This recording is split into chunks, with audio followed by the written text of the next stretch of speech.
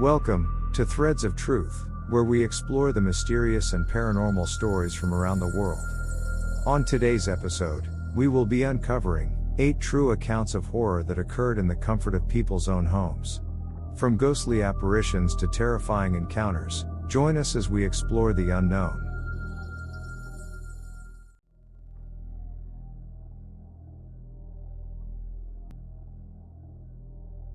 My grandma's house has some sort of mimic. I think that's the right word for what it is, but I've also seen people call similar experiences doppelgangers, so maybe that's the right term? My grandma's house has had weird goings-on since before I was born. Mysterious ringing phones in the basement, TVs and VCRs with minds of their own, bassinets that rocked by themselves. Anyway, it seems one of them may be a mimic. My grandfather had a job that would take him out of town at times. On at least 2 separate occasions while he was gone, my grandma and uncle saw him walk down a hallway and out of sight.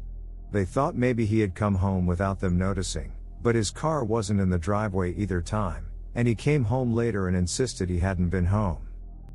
My mother also claimed she used to talk to her deceased grandmother at night sometimes. It scared her because she knew that logically, it wasn't right, but it was her grandmother, so she felt safer about it. Knowing about mimics now, it probably wasn't her grandmother. And now my personal experience. My sister and I used to spend weekends at my grandmother's house when we were younger, through high school even. We all slept in her bed, and my grandma would make us bacon and hot cocoa for breakfast in the mornings. I woke up one morning, but I was still in a state of half-awareness. I opened my eyes and saw my grandmother leaning in her bedroom doorway, looking at me. I figured she had just come up to see if I was awake yet. But then she leaned backwards out of the doorway and out of sight. Something about the way she moved just wasn't quite right. And that's when I realized I smelled and heard bacon cooking downstairs. It struck me as odd that she would walk away from bacon while it was on the stove. She was in her 70s at this time, and though she got around well for her age, taking the stairs was still a bit of a task and took some time. It didn't make sense that she would risk burning food on the stove just to come upstairs and look at me. She could have just yelled up at me to see if I was up. I called out to ask her if she was upstairs. From where I was, I could see out the bedroom door and down the stairs. She walked from the kitchen to the bottom of the stairs and said no, she was making bacon. I freaked a little, got out of bed and booked it downstairs. My sister was already awake and downstairs with my grandma, which is why she was already making bacon before I was up. Both of them said she had not been upstairs, so I told them what happened. That's when my grandma told us the stories I told above about seeing my grandpa when he couldn't have been there. So yeah, I've been a little scared of my grandma's house ever since.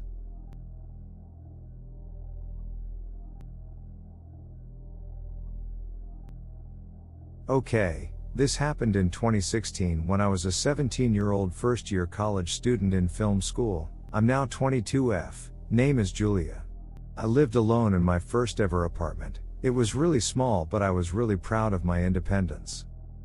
I never felt unsafe in this apartment for several reasons. There were multiple gates in the residence that needed to be opened through a code only the people who lived there knew. My door had 3 different locks and it was right next to the university, so most people who lived in the neighborhood were college student. Nothing bad had ever happened in the neighborhood before.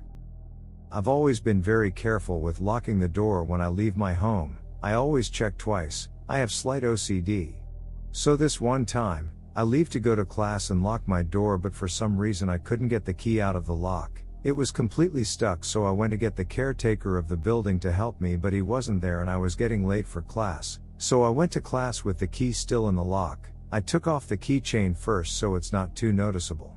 When I got home the caretaker was back, so he came to help me and we couldn't get it out for 15 minutes until somehow he did. He told me the lock was damaged but that I didn't necessarily need to change it if I only locked it once instead of twice. I just said okay and that was the end of it. I really wasn't worried because of how safe I felt in this building.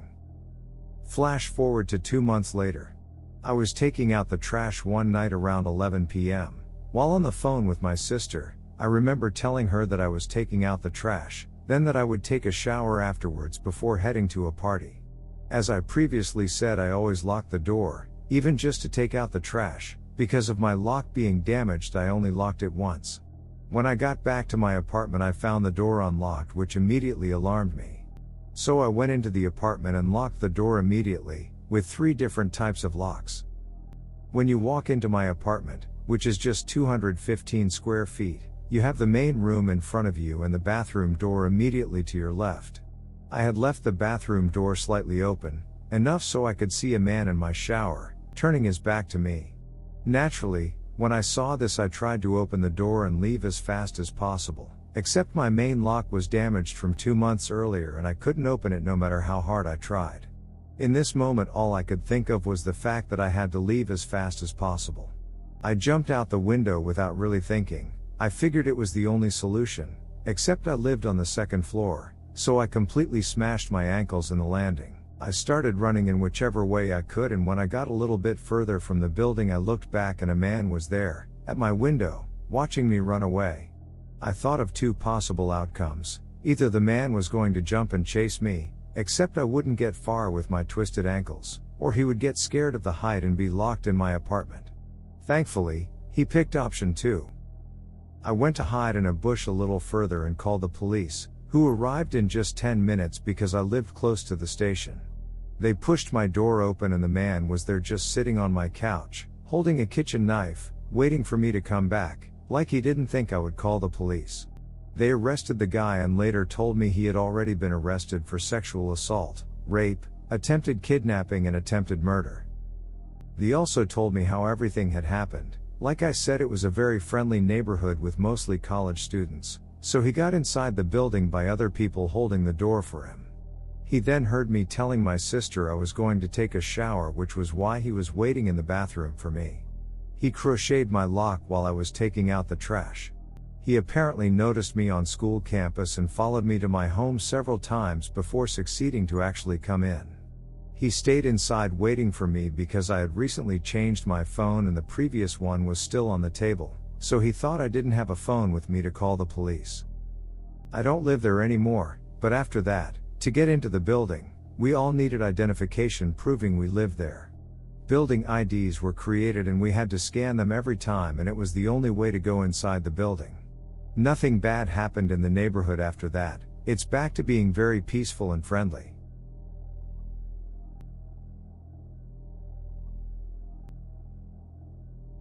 This happened to me around 3 years ago when I was 13. I honestly can't remember how long ago it happened. The time was around 7:30 at night and I was having a blast constructing a new Lego set in my bedroom alone. I had the doors locked, and I was alone. My bed is in the middle of my room and I have space on each side of it. I was sitting on the side farthest from the door. For some random reason, I always kept my Legos under my bed, and in this instance, I placed the pieces for the set down there. I needed to get more pieces for the set, so I take a look under my bed and reach for those pieces, but I all of a sudden just freeze. On the other side of my bed, there were feet walking the length of my bed back and forth, very slowly and quietly. I quickly assumed it was my dad, but I remembered that he was at work, and they definitely didn't look like my dad's feet. The feet then stopped and faced me. At this point I'm shitting bricks and paralyzed in fear. I gathered up the courage and quickly got up and took a look, and to my shock, nothing. I looked under the bed again and everything, but saw nothing. I run to my parents' room where my mother was giving my sister a pedicure. I just sit down and don't mention anything. 30 seconds after I sit down, all of the power in the house goes out and the lights shut off. I didn't mention this to my parents for a couple of months, but they obviously brushed it off and didn't believe me. Something scary happened to my sister as well. This happened when she was in our bathroom. FYI, our bathroom has a massive mirror in front of the shower. She said she was getting undressed, and out of the corner of her eye while looking down, she saw a man right behind her staring at her through the mirror. She let out a horrible scream, and once she turned around there was nothing. I remember running up the stairs and to the door to ask what was wrong, and she was sobbing. Really, to this day, nothing else has happened in my household. I hope nothing else happens.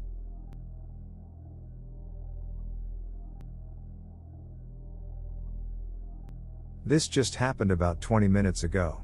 I just moved back home with my parents, divorce, and they live sort of in the woods away from the main roads. My old house that I just moved from was in the next town over and on a main road, so if you called the cops they could be there in 2 seconds. Here, it takes a little bit sometimes. So I'm having my coffee on the couch, my daughter is playing on the floor. We are the only ones home right now. I walk out into the kitchen to make more coffee and I pass by the dining room windows which look out onto the road in front of the house. I see a man come walking up the road, which is kind of weird because it's such a private area that you don't ever really see cars or people unless they live here. So I watch him coming slowly up the road and then he stops in front of the neighbor's house and is staring at the house, then back over his shoulder, and he does this a few times before I'm like okay. So I slink out into the entryway and lock the front door. Walk back into the kitchen and he's still looking at the neighbor's house. I go into a back room and retrieve a gun and I stay watching him out the window but out of sight. Then I watch him move forward and stop at our driveway. My daughter is still watching TV in the living room as I kept looking back at him. I take my cell phone out and call 911 and say that I think someone is about to try to break in, and I give them the address. They said they were sending someone ASAP and to keep the doors locked. I put my phone in my back pocket still on, and then I heard 2 loud thumps on the front door. Then again. So I calmly walk over to the window next to the door and open it, pointing the gun at the man. He steps back and goes, wrong house. So I say, yeah, wrong house. And keep it pointed at him. He stares at me for a moment, which felt like literally 20 minutes, before turning around and leaving.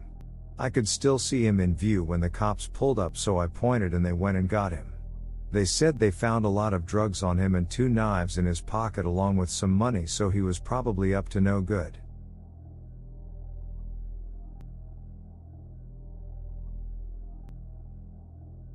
So this story happened about 11 years ago. I was a senior in high school at the time, but it is the single most mind-boggling thing that I have ever experienced. It's also important to note that it happened in mid-December. I am from Iowa, and the winters here get cold at night, like if you get stuck outside you will die kind of cold. That plus the snowfall makes everything dead silent. You can hear anything and everything inside the house and even immediately outside of it. Well, me and my best friend were hanging out in my family's walkout basement, just having a boring winter night playing video games. We were also the only ones home. The reason it was just us is because my mother went from work straight to a bar to grab a few drinks with coworkers, so me and my friend thought it would be a good idea to break into the family wine and live a little. As we were sitting there opening up the first bottle, I hear the door to the garage open and slam shut. I immediately go oh shit and start looking for places to hide the bottle. My friend then says, I thought you said your mom was supposed to be out all night? She was. I replied. Then I heard a few heavy stomps and hear my mother yell out, anyone home? I yell back up the stairs. Yup. Just hanging out in the basement. I hear a few more steps move from the garage door towards the stairs and she yells out again, can you come help me with something? I need you up here. I reply back while frantically trying to find a good place to hide the wine bottle. Yup, give me just a minute. Then there was silence for about 20 seconds. Anyone down there with you? She yelled back in a more concerned, serious tone, in a voice that was slightly off of my mother's. This was the first thing that told me something wasn't right. Our family never cared if anyone was over, as our house was a very open house to all family and friends, and the voice, it was just wrong, like it sounded like my mother's, but it was missing something that I couldn't put my finger on. Weirded out, I reply back. Just Colton. After I yelled that back to her, I found a good place to hide the bottle and began walking up the steps to the next level. Now as I was walking up the steps, I couldn't help but feel the overbearing silence of the house, and the slight electric twinge that something isn't right. When I got to the top of the steps, I look over to where the door to the garage is and also the kitchen right next to it, and it's black, pitch black, all of the lights were off, and there was no moonlight shining through any of the windows. I walked over to the kitchen yelling out, Mom, where are you? There was no reply, just silence and darkness. I feel the electric twinge turn into full needles, and my adrenaline kicking in full force. I have to get out of here as fast as possible. My mother was not home. I run back down the stairs grabbing my coat along the way, and Colton says to me, "What's wrong?" I replied back, "My mom's not home," while looking for my truck keys. Colton then replied, "What do you mean? You were just talking with her?" I could see the confusion in his face. "There's no one home, we need to leave now." I took a few steps towards the back door that opens up to the yard, and then I see my dog shaking on the couch, and my cat growling behind it. I couldn't leave them, I just knew that if we left something would happen. "Are we leaving?" Colton said, still confused as all hell. "No, I can't leave them here alone, something is really off, I'm going to call my mom and figure this out." I pulled out my phone and called my mom. She picks up immediately and says, "Hey, what's going on?" I said to her, "Hey, were you just home? I heard you yelling for me from the second level, and when I went up, you weren't there?" I said frantically, hoping that she was playing a joke. "No, I'm just leaving the bar, I wasn't feeling very well, are you okay?" "What do you mean you heard me?" I fill her in on the whole story and she rushes home. Colton and I stayed in the basement with the animals until she got home, but before she did you could hear something upstairs, not walking or sitting on things, but a pressure in the air, like a black hole was slowly moving from one room to the next, and the word that I would instinctively describe it as was hungry. When she got home you could feel the thing leave just as quick as it came, like an overbearing predatory presence had just flown away. We still have never figured out what the hell was going on, and this is just one story of many unexplained things that have happened to us, but this is the easiest to write down, and one that I was happy to have a witness. My mother has passed away now, and I have moved away to Arizona, but whenever I go back to Iowa and I see Colton, he still gets creeped out by what had happened. I will never truly know what happened, but I know that whatever it was that had my mother's voice, it was evil.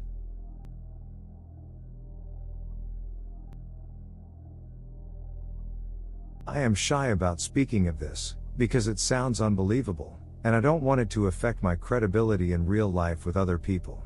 I do not claim to know what happened in these scenarios, I don't ascribe it to ghosts or anything specific. All I know is that things happened in my house that I cannot explain. We moved into a house built in 1980 and 1992. I had a bedroom on the top floor that always made me feel strange. I was 4 at the time. I never played in there or slept in there. I slept in the floor in my brother's room for about a year. As I got older, I got over it and started sleeping in my bedroom. Things happened in the house pretty infrequently at that time. I only really just felt as though I was being watched, and ran through the house quickly at night to get into my bed. I always felt extremely exposed, and I don't know why. At one point, my dad and I were in our living room playing cards. I was maybe 8 at the time. We heard what sounded like someone walking back and forth in my brother's bedroom right above us, but no one else was home. We went upstairs to my brother's room and saw nothing. We then heard the same walking in our living room, where we were playing cards, so we went back downstairs to check, and no one was there. At that point, we heard it on our wooden basement stairs. Up and down, over and over. We checked that too, and it stopped. My dad and I both experienced this together, and neither of us could explain it. Around that time, I woke up in the middle of the night and felt this horribly depressing feeling. It was the same way the Dementors in Harry Potter make them feel. Just that all joy had been sucked away. I felt it in my soul, somehow. Like it was part of me. Then my body just started shaking like I was having a seizure. I know this sounds made up. I know it does. But my body was shaking like crazy, so I started praying, and it stopped. I was afraid to fall asleep again after that in case it could happen again. It never did. I do not have epilepsy. I was awake the entire time. I cannot explain what happened. Perhaps there's a medical explanation. I've never really looked into it. When I got older, things started getting worse. As a teenager, I would wake up in the middle of the night to the sounds of someone walking up and down the stairs right outside my door. I would hear glass breaking in the living room. I would hear shuffling. I could never find evidence that things were altered in any way. No broken glass. No furniture out of place. It was bizarre. I never stopped feeling like I was being watched, but I never saw anything. I just always heard things. My dad, however, claims he saw his grandmother in her old rocking chair in our basement, and she was telling my dad he needs to straighten up. He died 2 years later. Lying in my bed at night, I would be watching TV or reading, would blink without thinking about it, and in my mind I would see an image of my bedroom, with different creatures in the corner staring at me. I would blink again and the creatures would be, in my mind, standing above me or right next to me. Now I can definitely consider this as some weird psychological thing manifesting, but I figured it was worth mentioning anyway, because I would just see these absurd humanoid type things in my bedroom when I blinked, and the next blink would always have them right by me, staring. There was a very tall, bowed woman in the corner once, covered in rags and skinny as a rail. She was very hunched over, and suddenly she was towering above me. It was like a scary movie, and it really freaked me out at the time. Another was a short, little stumpy creature with a snarling face. Also covered in rags or something, so I couldn't make out its body. It was covered in something, but not hair, and only maybe 3 feet tall. Anyway, the scariest thing that ever happened was around 1 p.m. in the afternoon one day. I was home alone. All the doors were locked. I was taking a bath upstairs. The stairs were right outside the bathroom, directly in front of it. I was just bathing and relaxing when I heard my dog making grunting sounds. She liked to sit on our stone mantel for our fireplace, and it sounded like her little nails were scraping across the stone. She was grunting like she was being shoved, which was strange, but I didn't really think anything of it. Suddenly, I heard what sounded like something extremely heavy storming up the stairs. We had 14 stairs, and I only heard about 5 stomps. I grew extremely still so the water in the tub wouldn't make a sound. I then heard heavy, angry breathing right outside the bathroom door. It sounded absolutely furious, and it did not sound like a human or an animal. It just sounded like primal rage. I can't really describe it. I'm not religious, but I started praying, because it was all I could think to do in that moment. Suddenly, it just stopped. My adrenaline must have been insane, because after a moment of being absolutely stunned, I put my towel around me and looked everywhere in my house in case there was an intruder. I checked the doors, and they were all still locked.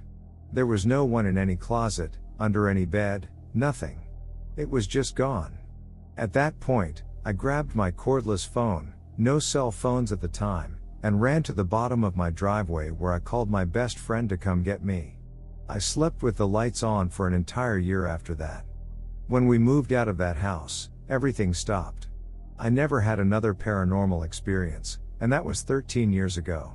Don't have an explanation, but I don't know if I even want to know.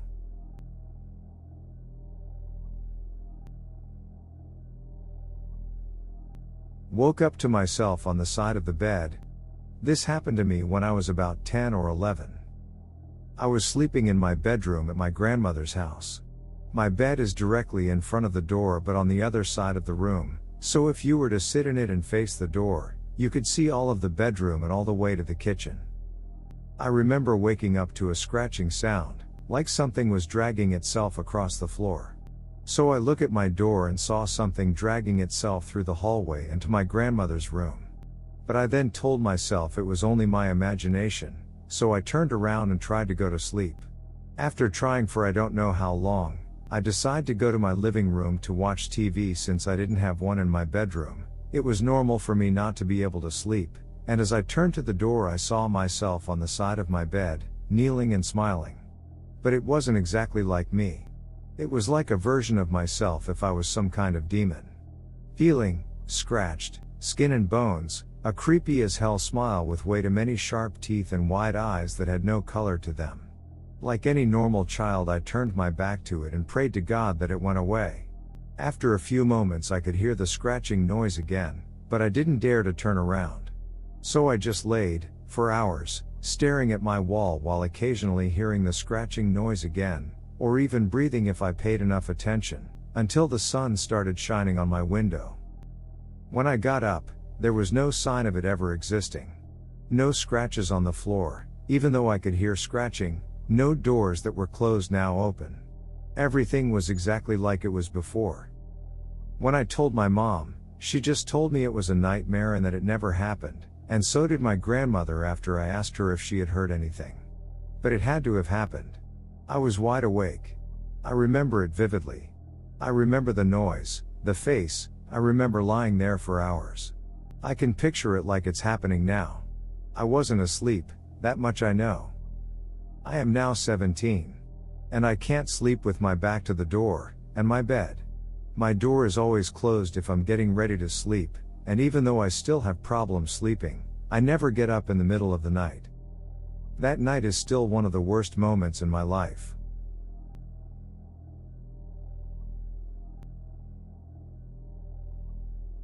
This happened 2 summers ago, while I was house sitting out in California for an older couple I had met at a conference for work. It had seemed like a dream scenario. The couple wanted to vacation in Hawaii for 2 weeks, but didn't want to board their cats, and I had been chatting with them about wanting to visit California again, where they happened to live, because I had loved it the first time I went, and we figured that we could mutually benefit if I came out and house sat for them. So I flew out there, and they showed me around for a few days, taught me how to care for the cats, 2 of them, one that was extremely shy and I barely saw, which is important later, and their plants, gave me access to their house and cars. These people were so generous, and before I knew it I had dropped them off at the airport and I was on my own. At first, it really was the dream vacation. I was staying in Oakland and making trips into San Francisco, Sonoma, and Monterey. In the mornings I could walk out the front door and shortly be hiking the paths surrounding nearby Mount Diablo, and I was just ultra content with the world. I was so enamored by the area that I had actually started looking into taking some steps to relocate out there. But then one day, about halfway through my final week there, when I got back to the house I felt really odd, almost like I shouldn't go inside. I shook it off and went inside anyway, because it was getting late and I needed to put out dinner for the cats. Once I was inside, I forced myself to ignore how off I felt, and I made some food for myself, went to bed, and was shocked to find the shy cat hiding under my bed and crying. This was the first time I had even seen her close up. The entire time I had been there, up to that point, she never left my host's bedroom unless she didn't realize I was around. Again, I ignored feeling weird, and just assumed she had decided I was okay and went to bed. I did start locking my bedroom door that night though. I also remember that about halfway through that night I thought I heard someone walking around in the gravel outside of my window, but after listening for a bit I didn't hear anything else and went back to sleep. The day after, in the morning, I still felt a little odd, but kept up with my plans for the day. I drove out to a little music festival in Sonoma and went clothes shopping, and had an overall great day. When I got back to the house though, I found the front door locked in a way I hadn't left it. Basically, my hosts never locked the deadbolt, only the lower, second lock, and that's the only lock my key worked on, so I never messed with the deadbolt. But it was definitely locked.